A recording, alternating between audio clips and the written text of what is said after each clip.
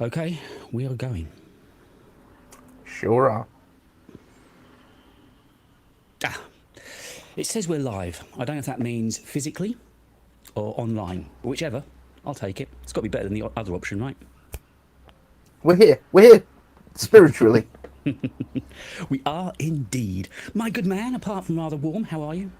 Yeah, I'm kind of melting here. I watched when I was editing my video this morning. I was like wet, just Yep. wet. Have you ever? I mean, it's a lovely shirt you got, by the way. Very lovely Thanks. shirt. I do like it. Suits you, sir. iCaveDave.com/merch. Yeah, merch.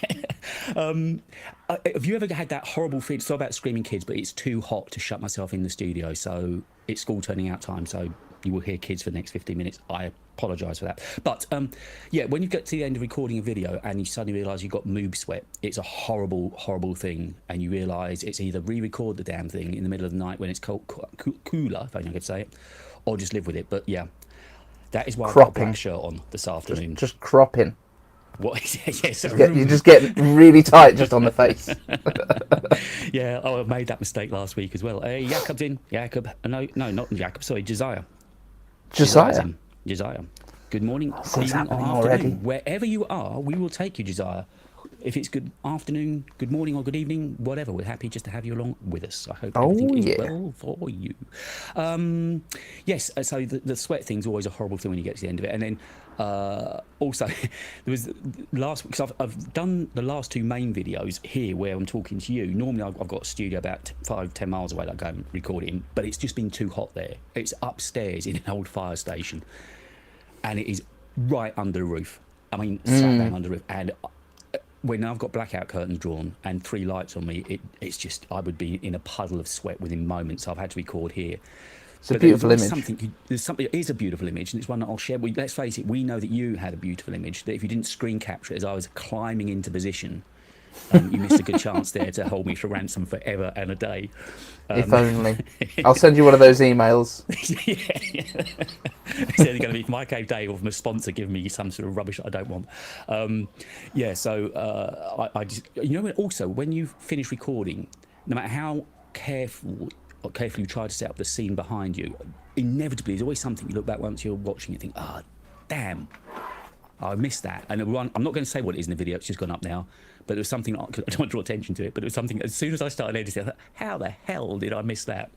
This was sticking out of my drawers that have all my little gadgety bits Oh, and yes, cables. yes. That's right, because I saw it to your left, wasn't it? That it sits, yeah. Yeah. Yeah. Like that's it, Yeah. a towel of some sort, yeah, polishing cloth, Yeah. microfiber cloth, yeah. Yeah.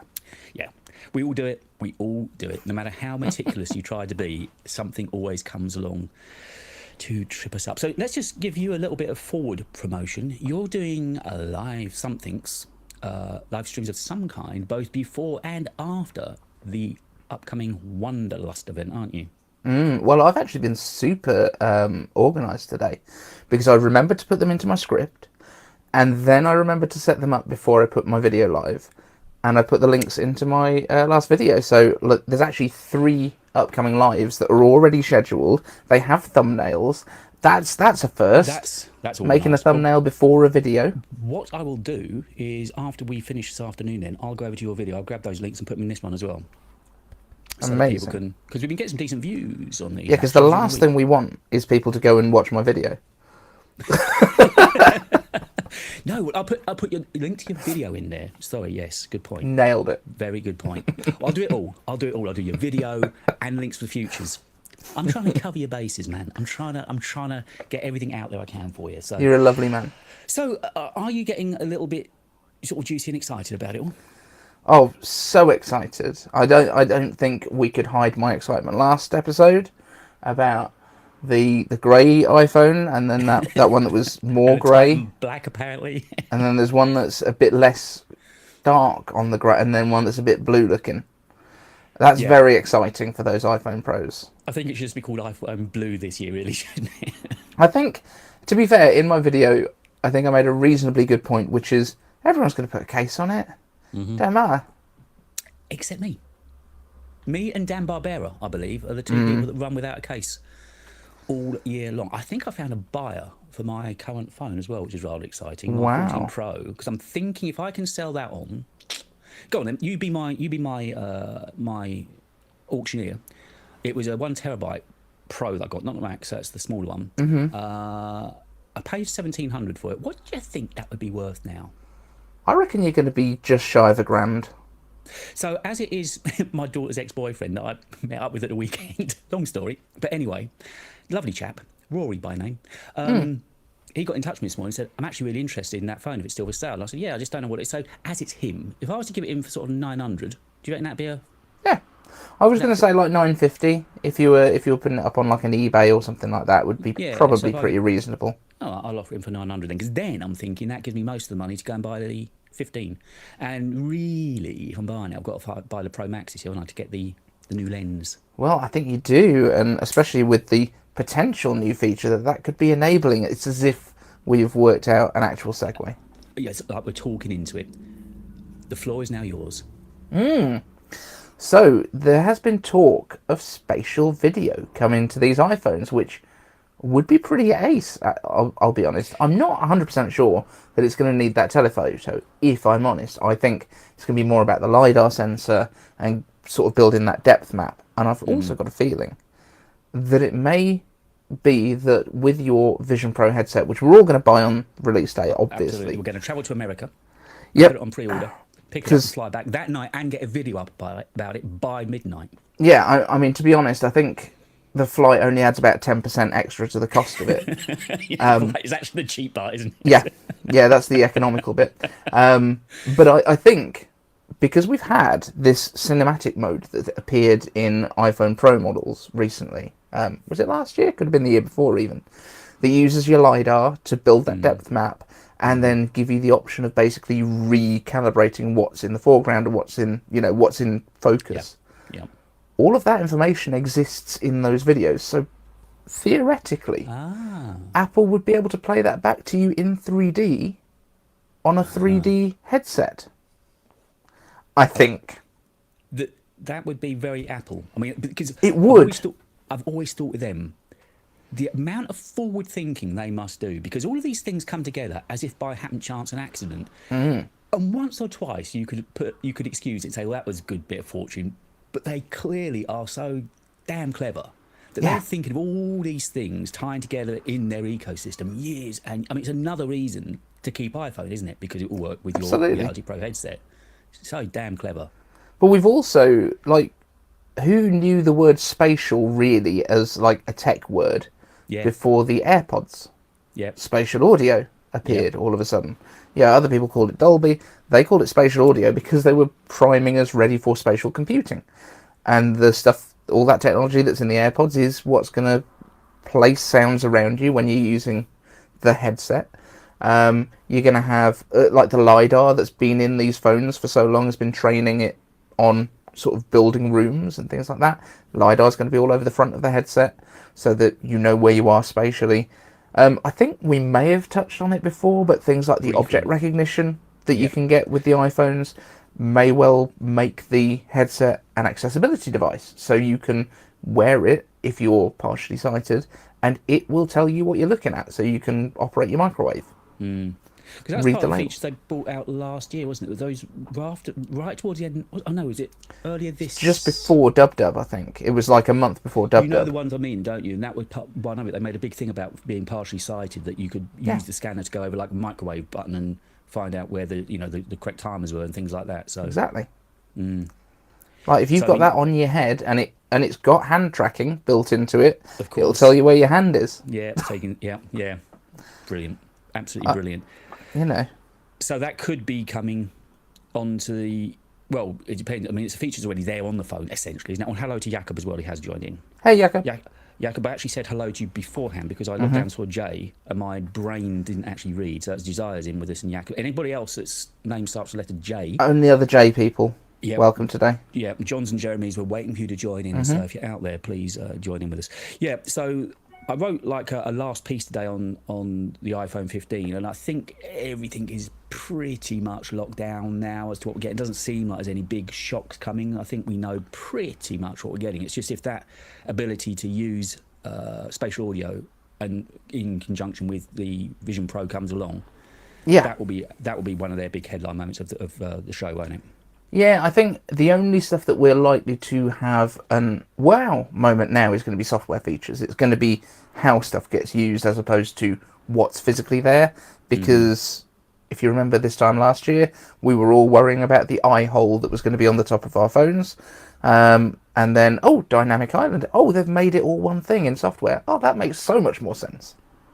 Yeah, because I don't think before, again, talking about things we take for granted now, but before last year in Dynamic Island, I don't think we were aware that that could be software unlocked into something. We just assumed it was a physical punch and hold. We assumed it was an actual slot, didn't we? Yeah, and Yeah, so and no one I knew think that well, they we could do kind what of they knew did. it was going to be the lozenge and the punch hole. I think so. We kind of knew what was physically going to be there, but then the fact that they've got these OLED displays that go so black that you can't really tell the difference between the black of not a screen and the black of a screen is what's kind of the interesting part there, unless you shine a really bright light on it. Yeah, which even I haven't been small-minded enough to do that, and I really don't have much to do. And it's the sort of thing, after this, I'm now going to get my torch and look at it and just, oh, yeah. Yeah, I mean, I made the mistake of going outdoors this one time. I'm not going to repeat that. No, it's way overrated, particularly at the moment. If you wonder why Dave and I are sitting here in T-shirts and sitting as still as we can possibly can, we are experiencing, not even by UK standards, I think by general standards, a pretty hot couple of days. Like mid-30s and sitting in a room with lights on you is not a good combination, is it? Where you have to close all of the doors, and there is a little window open which is allowing child noise through. Yeah, well, we both, for different reasons, have some of that. Yeah. I think the school turning out time has now passed. But yeah, my old habits would have had all these windows and the blind shut down and the door shut to make sure, because this is being properly sound treated in here, but it's just so damn hot today. If I did that, it would not look good. Also, really talking toasty. about Vision Pro, Dave's video today was really good, by the way. I watched it before we came on, and he's made some really, really awesome points in it. And one of the other points he made was about the OS store for Vision. Yeah, so this is something that's... I mean, yes, today's video is great. Definitely go and watch it. It's award-winning. It's a 2 out of 10. Except for the streamies. Yeah, I've heard. Yeah.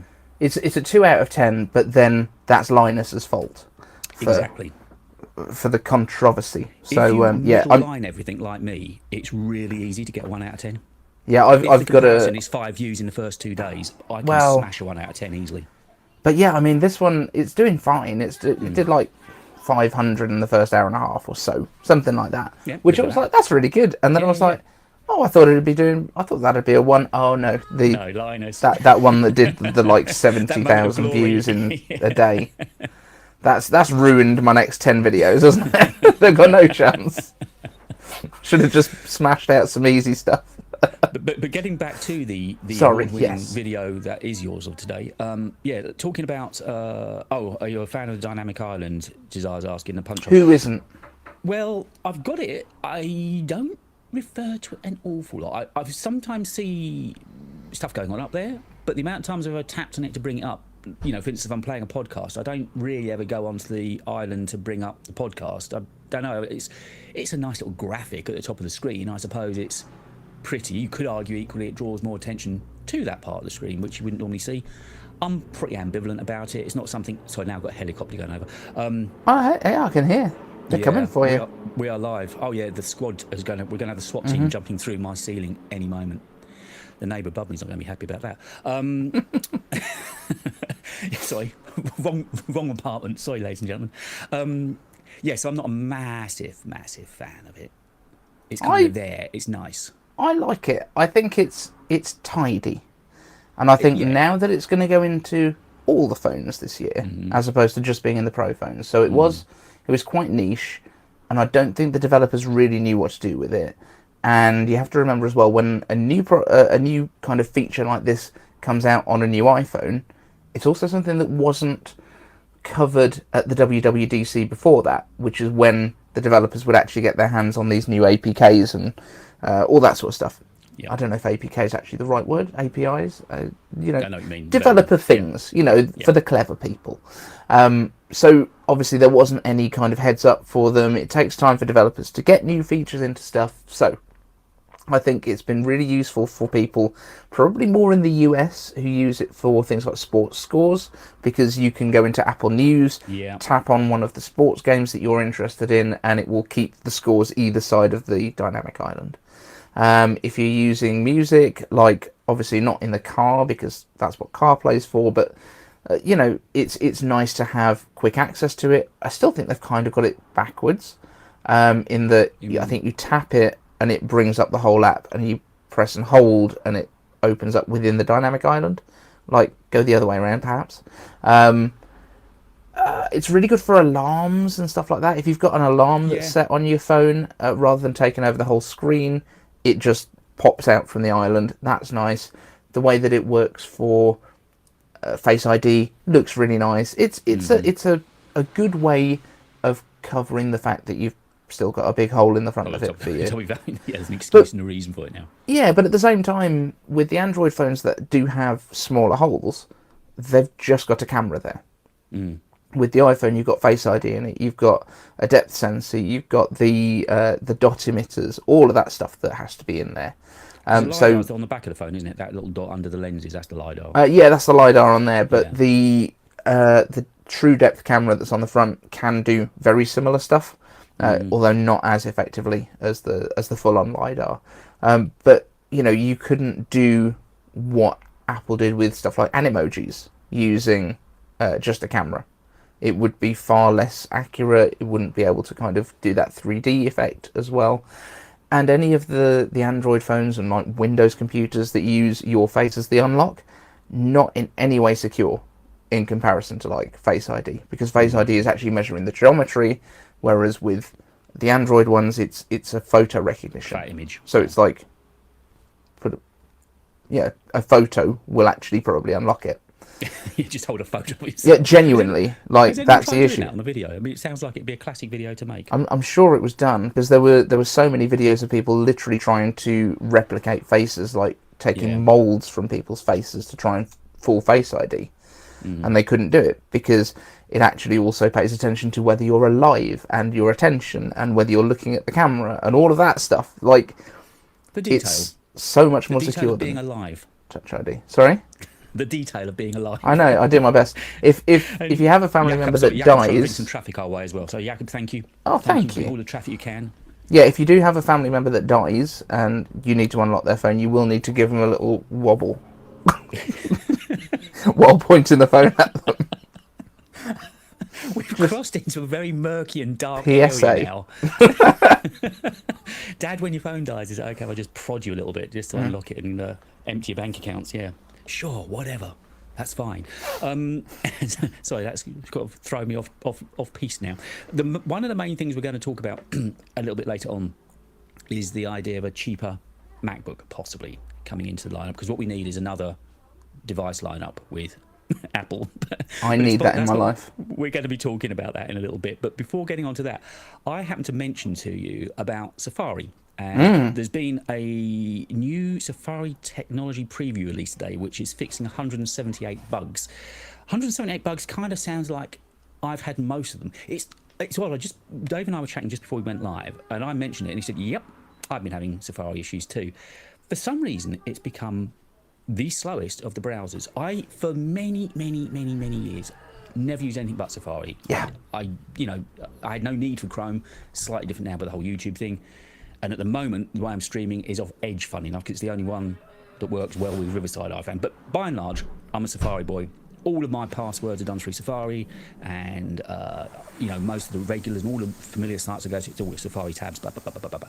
But at the moment, the other day, I think it was even Mac Rumours, funny enough, I was trying to load up. It was just spooling. It was just hanging. And it was almost like I was offline. And I fired up Chrome, and it was like, bang, straight in. And also, I've lost 40-50% of the favicons, little logo images you get, they've all gone. And that was since the update that we had, the last Mac OS update we had. It seemed to not play well with Safari. What issues have you been having with it? Well, I mean, bouncing on from us talking about reanimating the dead, and you're using Edge. That's impressive. I am cutting Edge.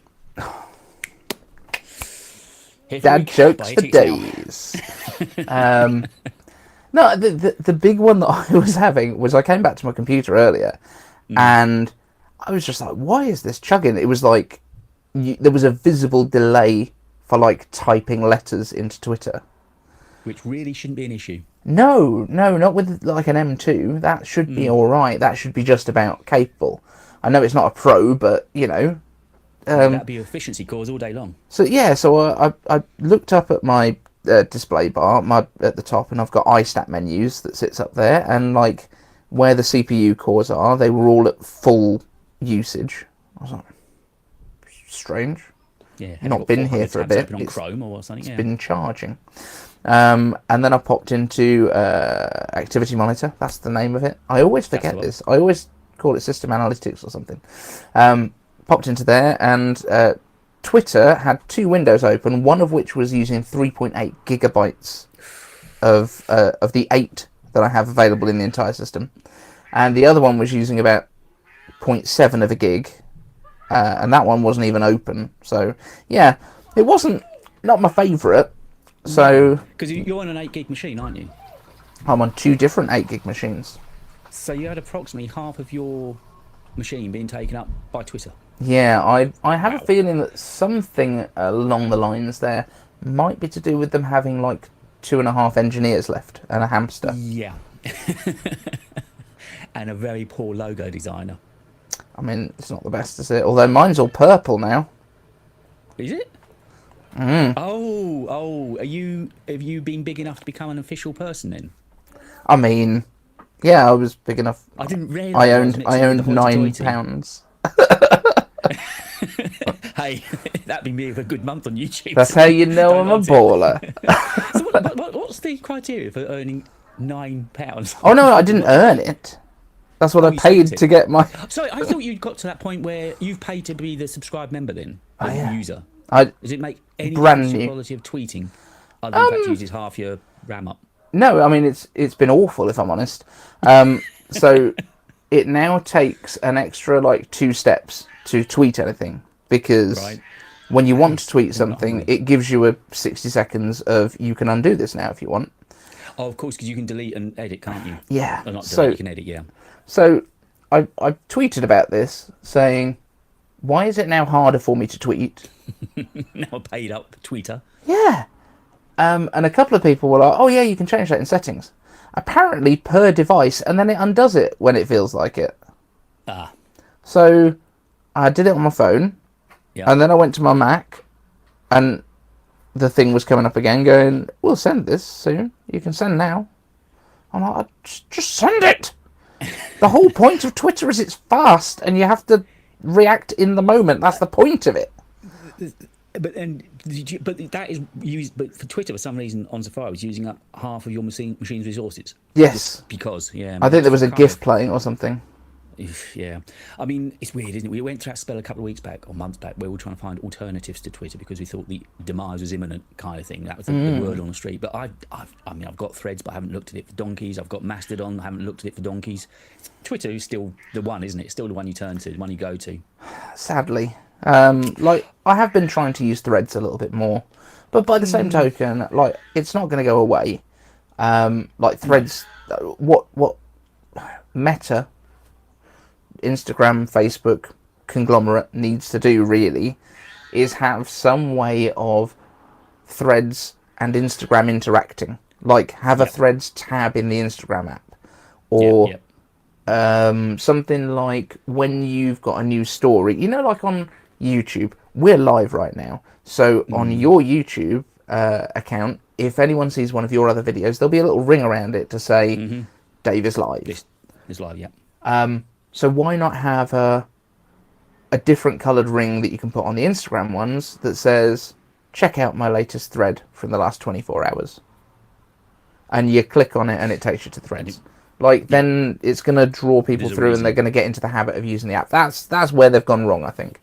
As a social media consultant to Meta. We have just been asked, are you going to miss the lightning cable? No. But the thing is, the lightning cable ain't going anywhere in my house because I've still got a magic keyboard and a magic mouse and a trackpad. Yeah. So even though I've got I felt like I'd become one of the lords of the empire when I bought myself a wireless charger for my phone, finally, from that lovely store in Battersea a few months ago, thinking that was the end of cable life for me. But of course it's not, because of those 3 devices sitting on my desk that still need charging, and the only way those babies charge is with lightning. Yeah.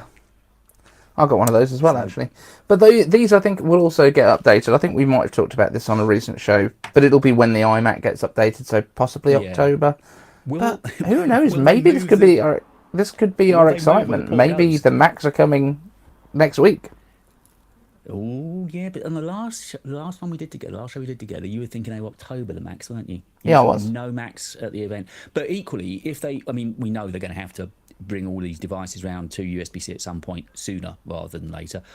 Where are they going to put the USB-C port on the mouse this time? Are they? They can't, surely, for the love of everything. In the mouse's bumhole. Godlike. They can't put it. They can't put it back underneath again, can they? Yeah, mouse bumhole. Oh. No, it's got to move. I had to charge it the other day, and it's just of course, like when the keyboard or the trackpad needs charging, you can still use the things. Yep. The mouse is sitting upside down like a little upside down tortoise. Turtle or tortoise. But you know what mine hasn't got? What hasn't yours got? A hole in the bottom. Why? Mine is older. Oh, you predate. Yeah. Are you a battery boy? Yeah. You put the 2A's in, the AA batteries in there. Rechargeables. Hey. Which still means I can't use it while it's charging. But I can have 2 in the charger. There you go. Yeah. See, that's why you're the genius that you are. Yeah, but there was a company called Mophie, I think it was, that made a replacement. So you take your bottom piece off and you take your batteries out, and you replaced it with like a rechargeable battery that also had a wireless charging coil in the bottom, and it had a little stand that you pop it on. And I think one of your boys is having a go at you. Evan's back with us. Hello, Evan. Get out. And if your name doesn't start with J, you're not coming in. MX Master Mouse anyway. No, I shouldn't. Well, he's quite adamant that you should. I can look. Need to have that's what's missing on it. It hasn't got one of those. So, the Mixmaster 3, Jakob's saying the Mixmaster 3.3S is brilliant. See, I still use I like the Magic Mouse. I like how I've got used to its interaction, blah, blah, blah, blah. And I know some people really, really, really rave about these other mouses. But I've never found a reason to change, to be honest with you. Yeah. I like them. I like the style of them. Yeah, same for me. I'm not going to lie. Like, if you can't swipe your finger across the top of it and scroll through your timeline. Evan's in disagreement with us. Well, he's wrong, isn't he? Huh? Evan, we're banishing you from this stream forever. You've got to love the mouse. Your name doesn't begin with J. Away with you. The basic rules to watching this show. Yep. Basic rules. So we have sort of gone through some of the things. Before we get into our main topic, would you like to talk to us about Global Star and satellites and clever stuff like that? Again, in your space. Streamy's award-winning video of earlier today, of which there will be links of all kinds in the description to this after the show. But I'm sure everybody watching this is going to subscribe to you anyway. Yeah. But anyway, talk to us about satellites and Global Star and what Apple are doing. So yeah, Global Star is basically the partner that Apple is using right now to do things like SOS via satellite. And when I say things like, I mean that's the only thing they do. Basically, Global Star has got 48 satellites in low Earth orbit, which covers pretty much all of the globe, apart from the poles. And as they sort of fly over, that's what you're pointing your phone at. Because obviously, we know we have to point our phone if we need to use it, just so the signal's better. I have a theory, a hypothesis, no less, which is that Apple, having bought Intel's modem business, and I think T-Mobile has done some sort of demonstration that you can do phone to satellite just as your regular connection. I have a hypothesis that because Apple is paying for a lot more of these satellites to go up, they might be trying to cut out the carriers and become the carrier via satellite. Because low Earth orbit is not actually that high up. It's not really that high. So the satellites we use for cell, much higher? So the ones that are used for what, sorry? cellular calls and stuff. The satellites what you use for those. Yeah, so most of those would be either something like Globalstar, which 85% of their capacity is used by Apple at the minute for Right. SOS. But there are some others. There's like I'm just trying to remember the names of some of them, but I can't. But yeah, there's a couple of other companies that have done constellations in the same way. Amazon are in the middle of building one at the minute. But obviously, the main one that everyone knows is Starlink, which is SpaceX's. Of course, yes. And they've got about 4,500 satellites up there at the moment, which is why they can do basically regular broadband. What you would struggle with is having huge amounts of people in the same area using it at the same time, which is why it tends to be used more for like rural locations and that kind of thing. Whereas obviously if you can get fibre into an area, that's fine. But 5G has actually got 5G and 4G have got really quite long ranges in some of the bands that they use. So theoretically, if you've got enough satellites up there and enough throughput, not bandwidth because that's not the same thing, even though people use them interchangeably. If you've got enough throughput, then you can legitimately use them as your regular connection. So I feel like that might be the way that Apple's heading. And again, a phrase used earlier on would be very Apple, wouldn't it? Because it brings everything in-house. Aren't they working at having their own modems as well in iPhone? Yeah, so they bought Intel's modem business, which Kuo Ming-chi put out a report yesterday, I believe, saying that they're intending to use them from 2025,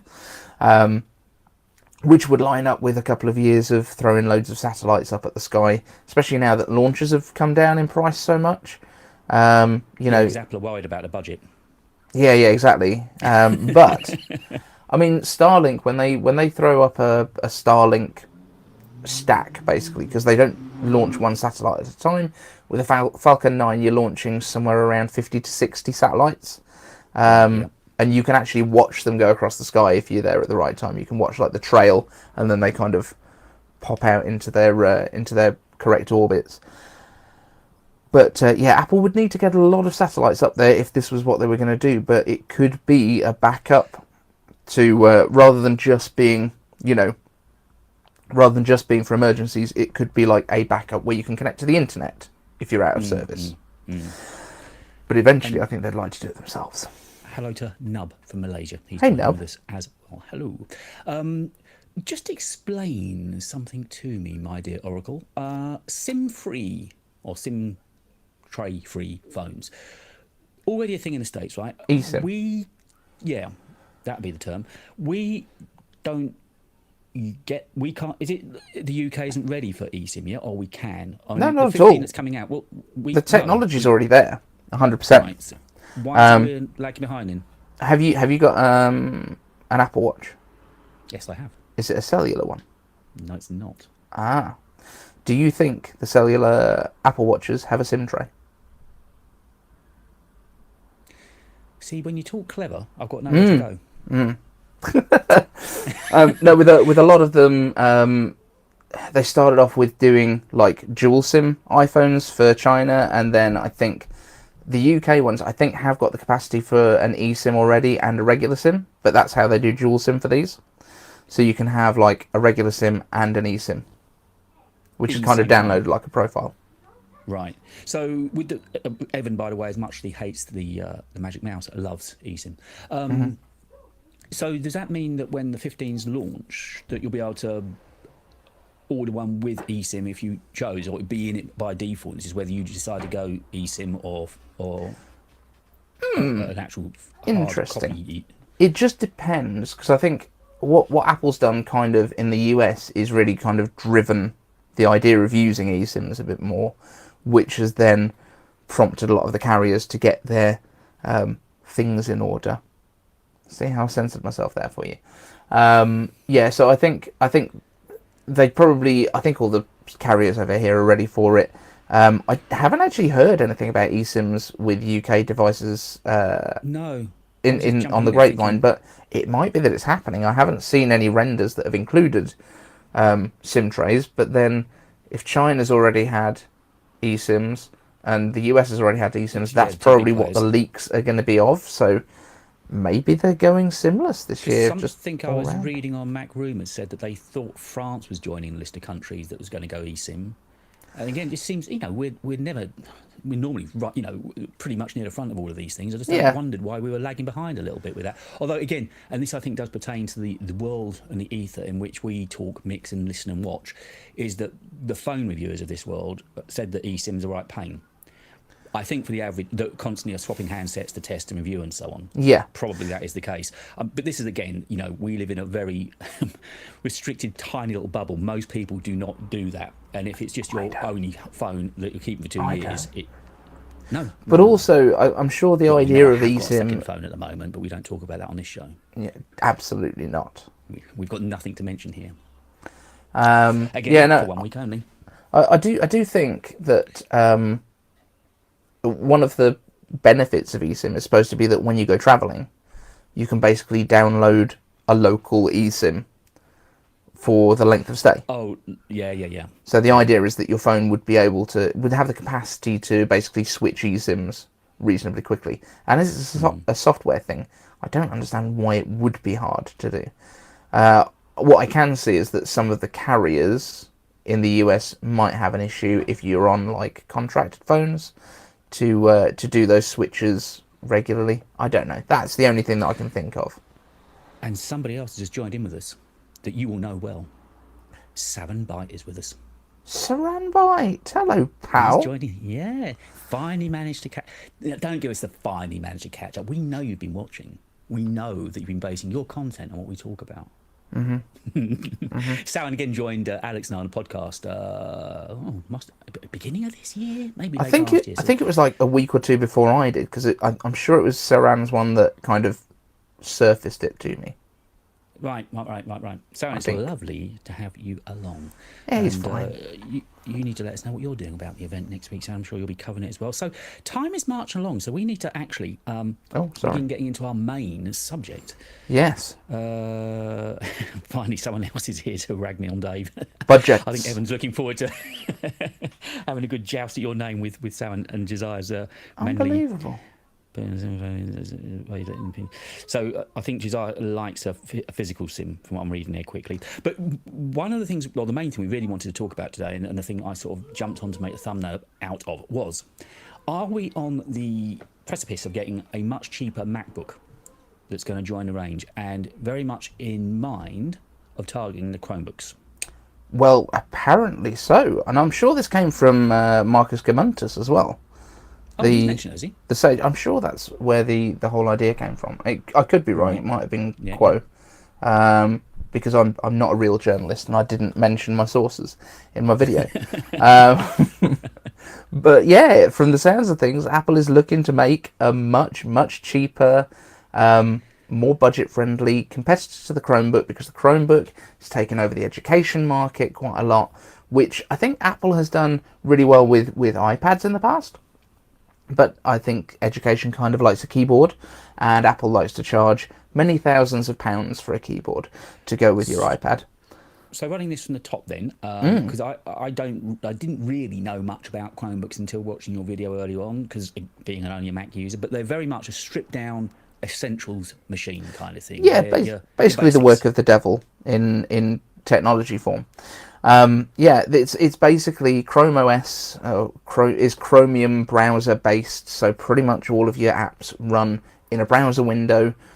They've redressed it a little bit, but yeah, that's essentially what it is. So it's a thin client, basically. It's like the old kind of server in a room, and then you've got your thin client that's basically just accessing your account from that, which is basically what these things do. It uses your Google Docs, it uses all of the Google services, obviously, because it's Chrome based basically. Yeah, as much as it can towards the cloud. Yeah, and that's the thing. Like, if your Chromebook gets damaged, you basically pick up a new one and you sign in, and it's all there because it's on the web. Very little of it's actually locally stored or anything like that as well. Which means that in terms of things like gaming, you're going to be looking at cloud gaming. So services like Nvidia's GeForce Now or Xbox Cloud or whatever those ones are. Because there's just not a lot of power in these machines at all. They really don't need much grunt, do they, for what they're designed to do? It's a web browser. As long as it can, and that's the problem, I guess, because it's Google Chrome based, they probably have to put in, 64 gigs of RAM or something so you can open a couple of tabs. Other than that, the rest of the stuff is very, very cheap. But I was looking, like Argos, they're looking at like 4 gigs of RAM in some of these things, 64 gigs of like basically an SSD inside it, like almost SD card possibly. So it's very much like what we had with the netbooks a long time ago, but instead of everything running on it in a very low Linux type install, it mainly runs in the cloud. So you said that it was going to be much cheaper. That's what we're hearing. The MacBook Airs, I think I'm saying the cheapest MacBook Air is around about $1,000, isn't it, at the moment? 1,000, yeah, $999. Yeah. Right, so if that's our base market at the moment for the cheapest, well, as the Mac Mini I know is less, but so where are you thinking they're going to be pitching this price-wise then? And it'd be a fully blown computer, it'd be a proper laptop computer, it'll have a keyboard and a screen, and it will be a laptop. That's what we're hearing. So right now, the cheapest MacBook Air you can get is actually the education version, which I think is $799 for education, and that's with 128 gigs of storage on board. So it is half the storage of the regular version. It's the binned chip. It's all that sort of stuff, and obviously it's education pricing as well. But that's only for institutions to buy. That's not for student to buy. I think they could probably get it down to like $499. And the way that I think they're going to be doing this, based on what I'm hearing, is an A series chip instead of using an M chip. Right, because so chip out one of the phones. Yeah, exactly. For me, it doesn't make sense to use an older M chip when the A17 this year is probably going to pretty much match the multi-core performance of the M1. So do you think they use one of the newer age? Yes. Would they use the 16 or 17 kind of thing? I think they've used the 17. So you get a 3 nanometer chip in this thing. So yeah, depending. Exactly. Depending how soon they actually produce this, because it's early stages of testing, we assume. Like, we've not heard that it's a production testing or anything like that. But I would guess it's going to be like an A17 type chip, because they're quite cheap to produce. If you can produce them to throw into iPhones, not a problem. And when you look at what you can get in the base, like 9th gen iPad right now, you get a pretty decent camera in the back, a reasonable camera in the front, a very nice Retina display that's about 10 inches in size, 10-ish. You get, obviously, your battery in that, and you get an A series chip. You get like a, what is it? I don't know. It's an A13 at the minute, A14? Something like that. A13 in the 9th gen, yes. And that's for like $329 or $299 for education. So that's basically all you need. You need a slightly newer version of the A series chip, and then a keyboard. So the idea is that this is still going to have a metal construction, which I don't think it particularly needs. A decent polycarbonate like the old iPhone 5Cs had. Really, really good. But yeah, apparently it's going to have metal construction. We talked a little bit last time, I think, about the Apple Watches potentially going to like 3D printed metal.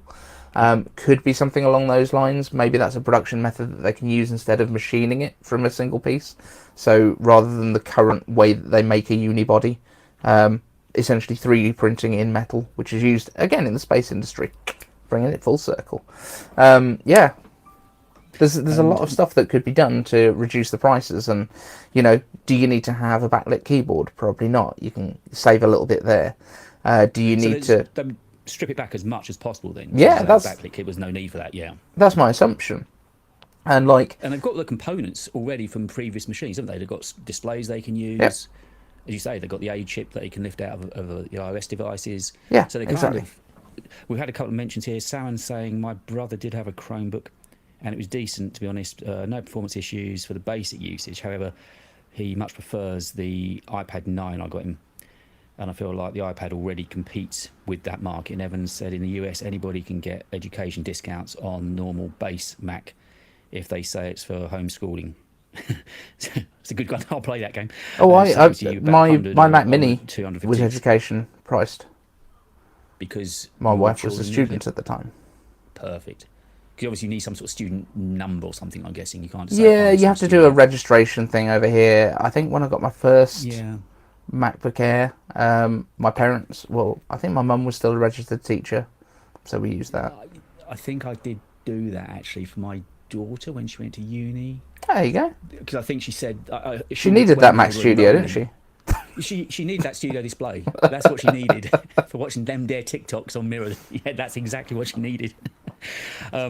So, did you mention what price you think they would start this off at? Then did you put a number on it? I think we could be looking like, I said $500 to $600. I think they might even go lower than that. I think it could be Really like $450. So this would also be available just to buy directly as a end user, even if your intention wasn't to be using it education based. If you just wanted a very lightweight I don't machine. know if it would. Excuse me, sir, for being dim. Yes. What apps do you get on, say, a Chromebook, and what apps would you? I mean, would you get an email client, or are they expecting you to log in and do that via your cloud? No, it's Gmail. Yeah. So you get access to a desktop experience, as it were. You do Not get really. an email client. I don't think so. I think it's all in tabs in Chrome. I've not used one. And like Saran, thoughts and prayers to your brother that had to use one. But yeah, I mean, it's basically the same experience that you would have in the browser, but it's web apps. So regardless of whether it sits in a browser, it might pop out into separate windows. But it is still. But it's a web app. Yeah, exactly. Which is what you can now do. You could package it the same way from the new Mac OS, where you can just turn stuff into a web app and keep it in your dock. And how would they differentiate between that potential machine and the iPads? They're going to be similar kind of price, I think, as Evan mentioned. Obviously, they're saying that it's going to, the price point, I'm guessing, is the big difference. That say for $500 or $600, you're getting a complete machine if you choose to want to go the web route. Well, I don't think everything would have to run in a browser on these Mac ones. I think it would run Mac OS. Okay, but, so that'd be a big difference. Yeah, so light versions of some of the basic apps on there, maybe just a mail client and. Well, you're gonna still get mail. You're still gonna get pages, numbers, Keynote. You're gonna get all the basic stuff that you would need. iMovie, GarageBand, all of that would work. What it might do is use iCloud storage potentially for like libraries and things like that. And I think it would be more focused on using online, and maybe even what the 12-inch MacBook was originally meant to be. Like the fact that it's got one port on it, like for charging and or connecting to stuff. Because the whole point, as far as I could see of that device, was this is a very mobile, very lightweight computer. It's not supposed to be. And to some extent, I think the MacBook Air as well. I'm now moving away from using the MacBook Air with external displays and just using the MacBook Air as a MacBook Air.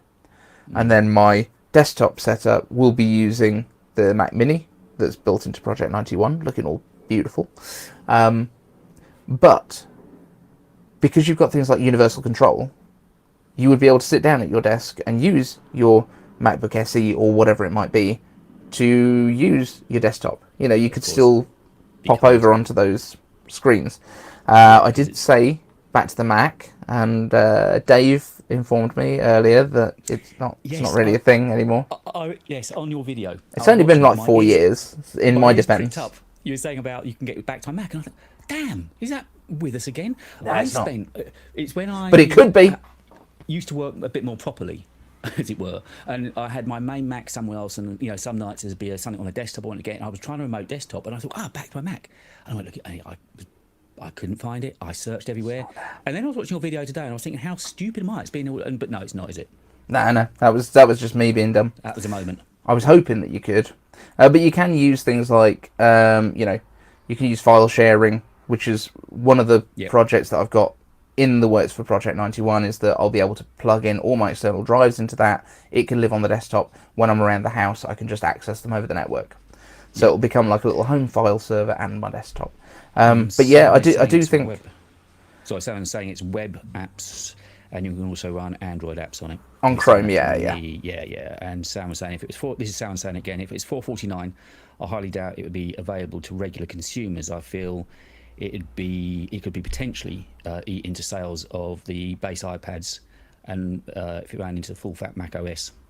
Now bear in mind that if this is going to be a $449 laptop of some sort, you ain't going to be poking the screen, so it's going to be different from an iPad in that sense.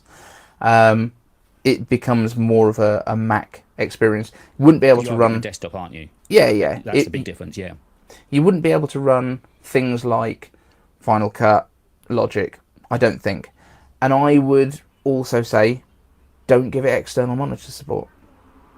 Because that's not what it's designed for, is it? No, exactly. I mean, maybe mirroring to an Apple TV. So if you wanted to, use a bigger screen, you can do that. Yeah. But you wouldn't have like extended desktop. You'd have one or the other.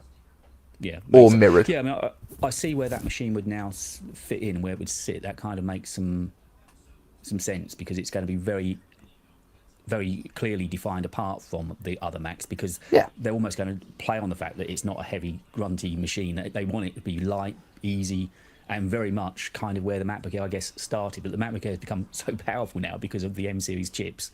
Yeah, 100%. You can do a ridiculous amount on them. Yeah, and the idea of this kind of lightweight Mac would be, the idea that you would still be able to connect to another display would be for things like if you need to present to a classroom. If you're the teacher or your class are presenting their work, they would be able to AirPlay it to a screen or a projector or something in the room. Again, you'd be able to use that for sort of lightweight business work. If you're, a part of a sales team and you just need to be able to have something to carry with you and do your emails and stuff like that, it would be fine. I think it would be more expensive for non-education. I think there would be very specific education pricing for it. But yeah, I don't think it's out of the realms of possibility at all. Is there any kind of time frame when we're thinking this could begin to hit us? I mean, we only really heard about it yesterday, and there's nothing that I've seen. I could be wrong. There could be some stuff that's come out since, but it looked like it was early stages of a project to stop Google basically taking over the whole of the classroom. I mean, I even said you could take off the FaceTime camera on these things and just put MagSafe into the back, so you can slap your phone onto it and use continuity camera. Because I don't think continuity camera looks that bad.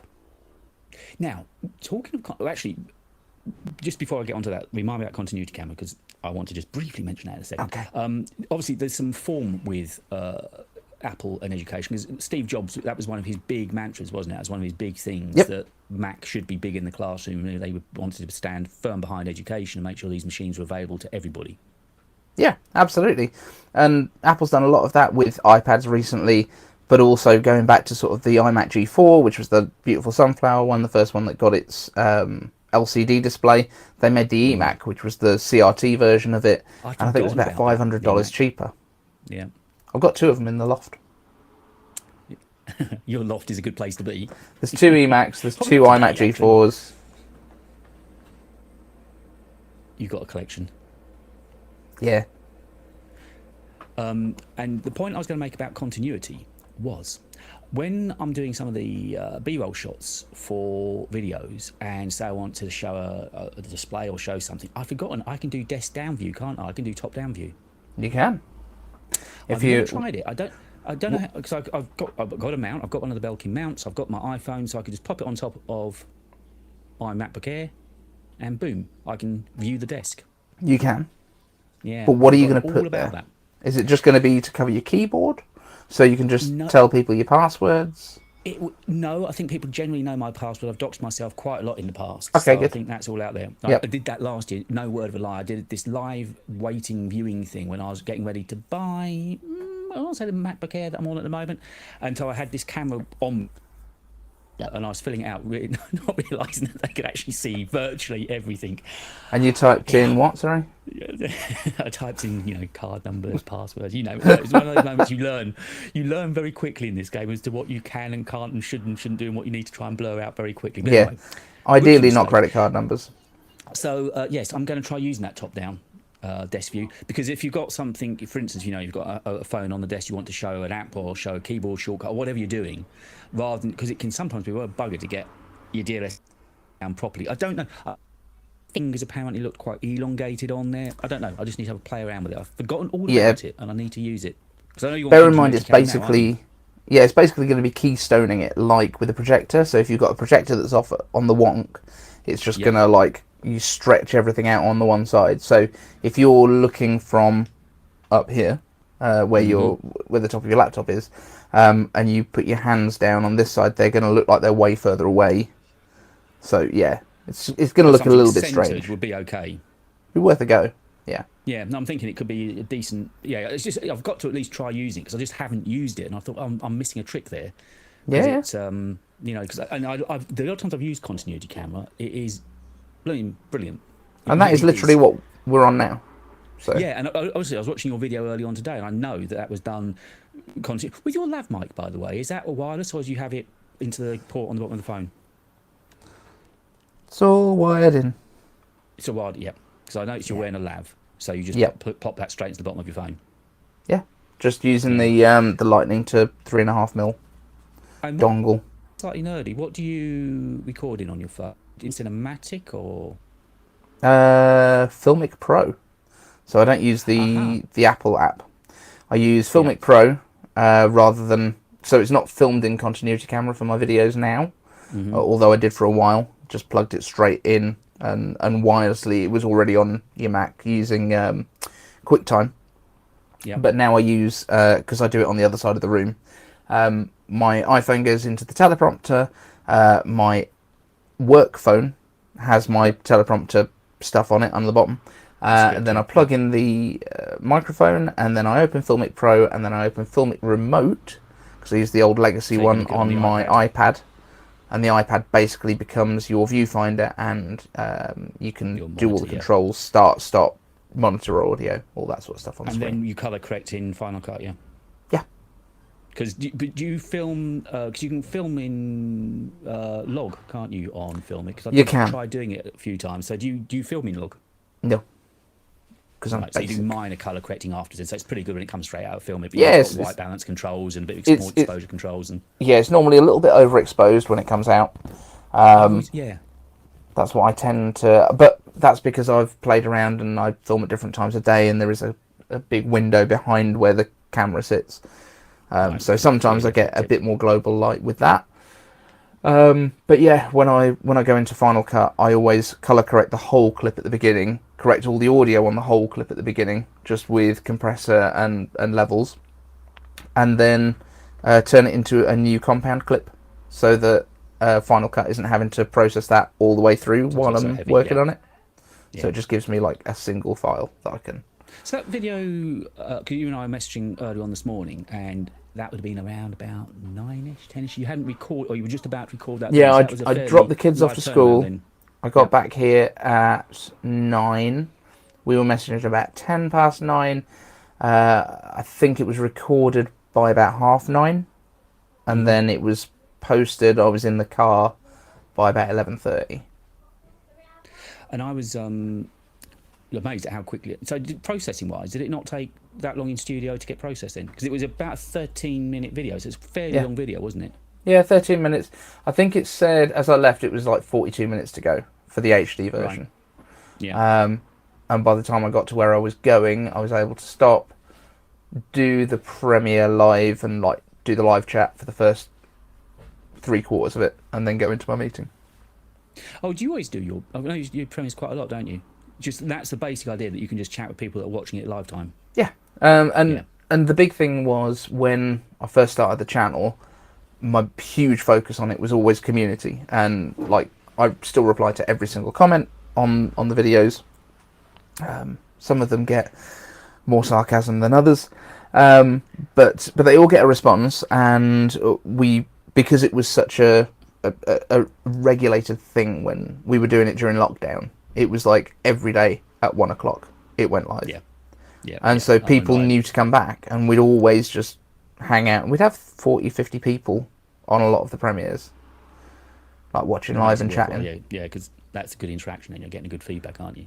Yeah. And it's fun. You should, before we begin to wrap up for this week, speaking about replying to comments, like you, I still reply, whether it's on Medium or on YouTube. I still reply to every comment, and which is what's really hacked me off this week when I got my invalid traffic, or whatever they call it, strike. Not going to talk about that too much now, but the thing is, it's all based on comments. So YouTube tell us, well, and from what I read something on Twitter, that the ones to be suspicious of, if you've made a video, say like yours today, clearly not instructional, and you get a comment like, makes sense now, it works, that apparently is the kind of comment you're supposed to be looking out for invalid. I haven't had any of those, and I reply to every comment. So I'm thinking, And now it's almost I'm seeing comments coming in. I think I don't want comments. I'm not sure if you're bad Are comment. you real? Yeah. Yeah, I it's don't. that kind of thing. I didn't think it was anything to do with comments. I thought it was when it was like paid traffic. I think Alex said that he'd had some issues in the past where like sponsors had sent views to a video to make it look like it was more popular and things like that. I think it's more along the lines of that.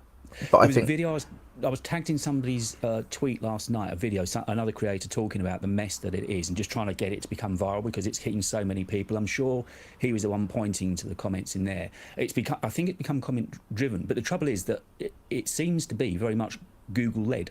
It seems that the traffic is coming from Google, ironically.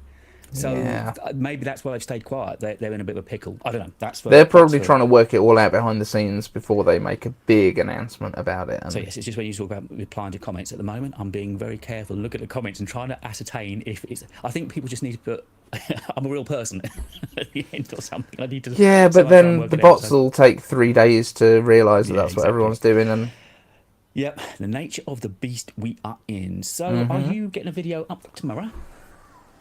I'm sure I can get it up tomorrow. I will leave that one hanging. Well, I'm not. Probably a bad reaction. That was perfect, David. Thank you.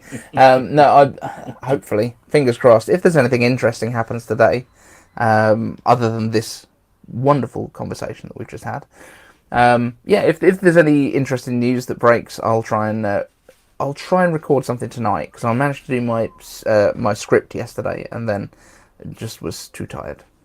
Josiah's just confirmed he is very much a real person. Oh, okay. Good to know. We're bot free. That's exactly what a bot would say. Unbelievable. We need a live picture of you. That's what we need. We need some sort of proof. I'm not going to get too hung up and all of that. No, something I was just going to mention to you. So next week then, with the event being on Tuesday, how does your week play out? So presumably you'll get a teaser video up on Monday, then you're doing the pre-show. Probably. Yeah, I mean, I'm planning to actually put stuff out every day between now and then, ideally. Including the weekend? Yeah. It's funny, I was listening to another podcast. It was the Mac Rumours podcast, actually, just before we were on. And I heard Dan talking on there. And apparently some members of the... one member of the editor team at Mac Rumours said the invite that went out that we spoke about last week, he said, it just looks like a pair of bum cheeks. And he says, now I've seen it, I can't unsee it. I came back and looked at the image and I thought, you know what, it's actually not wrong.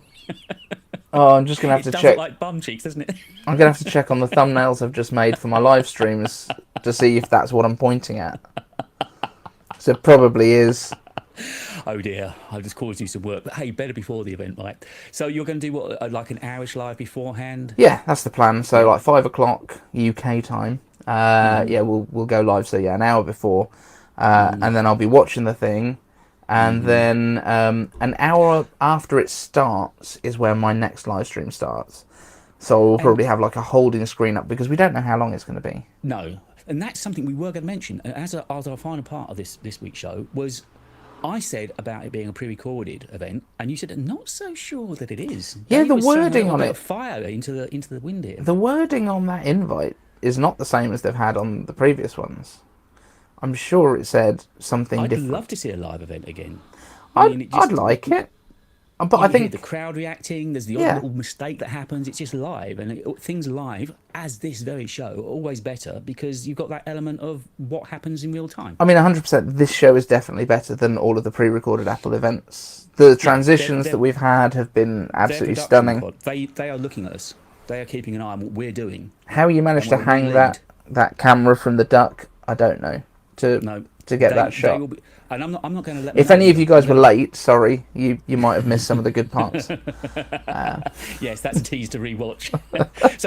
So you think that it's a possibility that this is a live? Because I know people have been invited, but I just assumed it's invited to watch the video as they've done the last couple of years. Because since lockdown, isn't it? There's been no live events at all. No, that's true. But I'm sure the video said, well, for one thing, the invitation says in the Steve Jobs Theatre. And not, previously they've had like additionals outside at Apple Park. Yes, there's going to be hands-ons. I'm wondering if it's going to be kind of hybrid where they film the segments and then have a live Mr. Tim Cook if he gets back from China with his arguments that they're having at the minute, in time. You know, on stage, kind of introducing them. Maybe some of the other execs walk out and just do a couple of lines about stuff, and then hand over to a pre-recorded.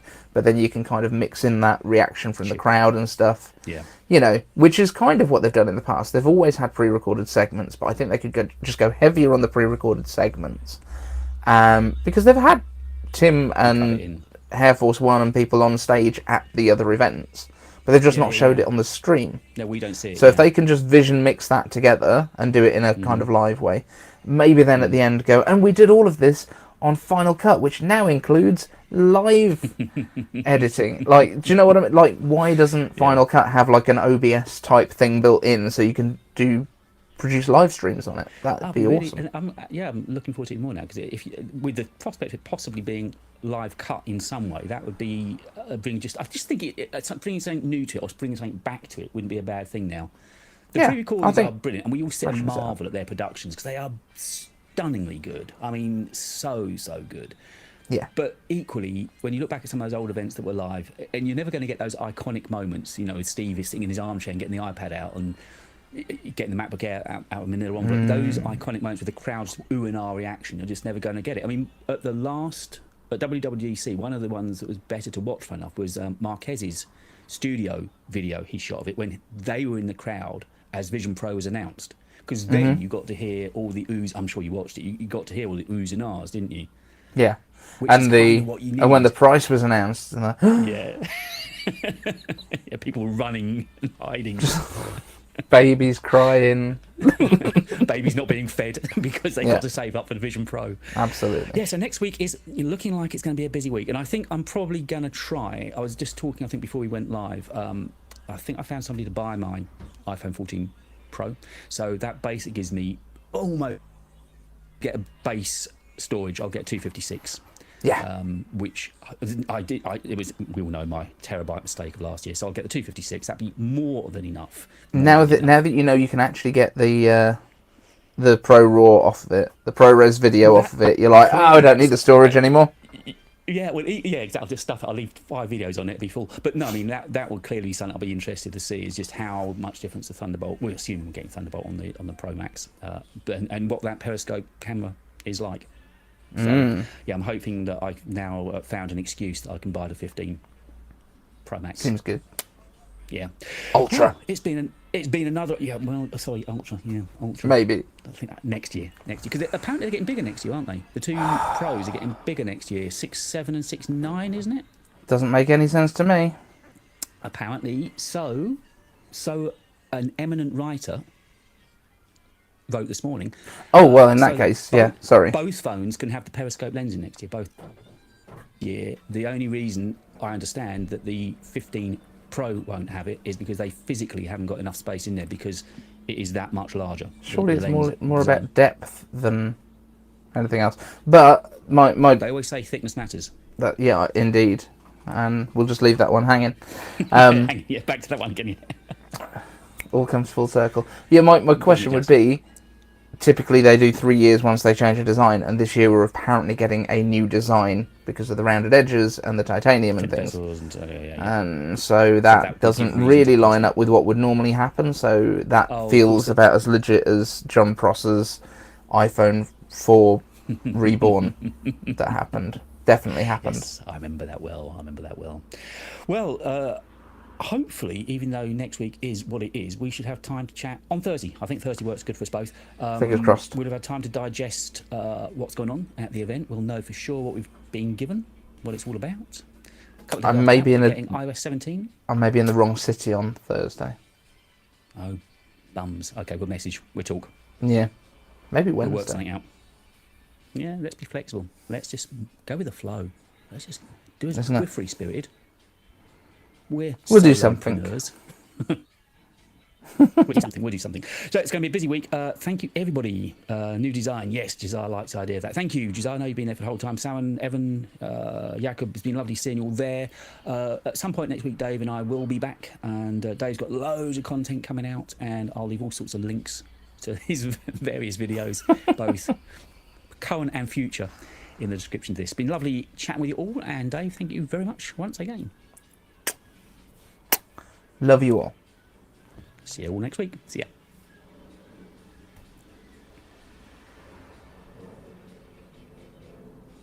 Gorgeous.